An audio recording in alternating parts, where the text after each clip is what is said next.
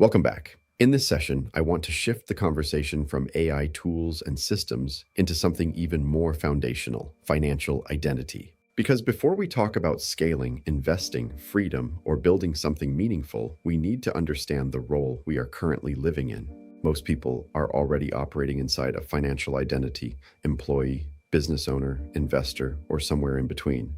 But very few chose that identity consciously. This hour is about making that choice visible. It is about understanding that employee, business owner, and investor are not just labels. They are completely different relationships with time, money, ownership, and freedom. Let me begin with a story. Imagine someone who spent 17 years at the same company: good performer, reliable, respected. Consistent raises, strong reputation, a real professional, and then one day the company restructures. What happens? He discovers that almost everything he built stayed with the organization. The system stayed, the client relationship stayed. He left with his experience, a severance package, and a LinkedIn profile.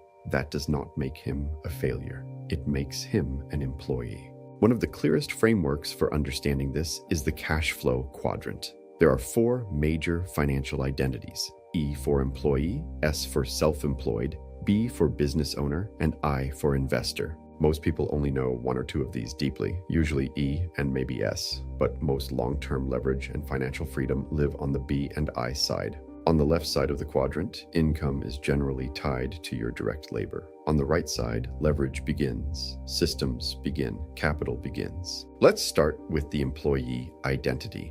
The employee model is the most common and also one of the most misunderstood. It offers structure, but it also comes with hard limits. First, income is generally linear. There is a ceiling set by someone else. Second, income is conditional. Even strong performance does not eliminate risk.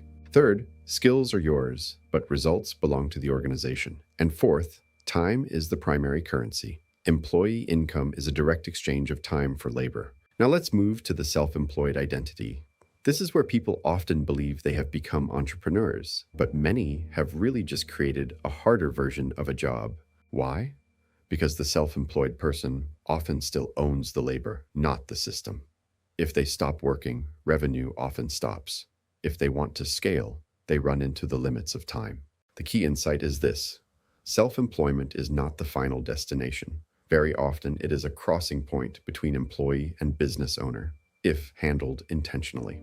The business owner identity changes the game. This is where the person is no longer the engine of every outcome. Instead, they build a system that can generate revenue with less dependence on their direct presence. That changes everything. Income becomes systemic, value becomes owned, time becomes more flexible, and most importantly, the business itself becomes an asset. An employee can earn income. A self-employed person can generate stronger income, but a business owner can build something that has transferable value beyond any single month of work. That is a major shift in identity. Now, this is where AI enters the picture in a very practical way. Historically, the transition from self-employed to business owner was expensive and slow. AI compresses that timeline. With AI, one person can automate scheduling, follow-up, and more. AI is not just a productivity tool, it is a bridge. It makes the S to B crossing shorter, cheaper, and more achievable. The investor identity is where money begins working in place of labor. This means deploying capital into an asset that produces return. Capital becomes the worker. Return becomes ongoing. Presence becomes optional. The process can begin much earlier than most people think. In fact, many of the strongest paths into investing come after building business ownership. A business generates surplus capital. That capital gets deployed into investments. If we look honestly at where most people spend their financial lives, the vast majority remain in E and S. That is not because they lack intelligence, but because that is the map they were given. But where you are today is not your destiny. It is your starting point. We are not talking about labels for life. We are talking about current position.